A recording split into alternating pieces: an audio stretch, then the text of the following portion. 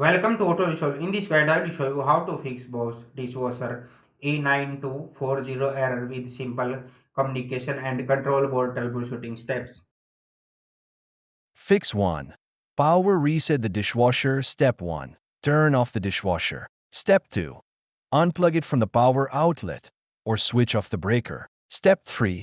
Wait 5 minutes. Step 4. Plug it back in and turn it on to check if the error is gone. Fix 2. Check wiring to control board. Step 1. Turn off power to the dishwasher. Step 2. Remove the front door panel to access the control board. Step 3. Check all wiring plugs. Press them firmly to ensure they're tight. Step 4. Look for burnt, loose, or damaged wires. Step 5. Reassemble and restart the dishwasher. Fix 3. Inspect the control board for damage. Step 1. Disconnect power. Step 2. Remove the control board cover. Step 3. Look for burnt marks, corrosion, or bulge components. Step 4. If damaged, replace the control board. Fix 4. Factory reset. If model supports it. Step 1. Turn on the dishwasher. Step 2.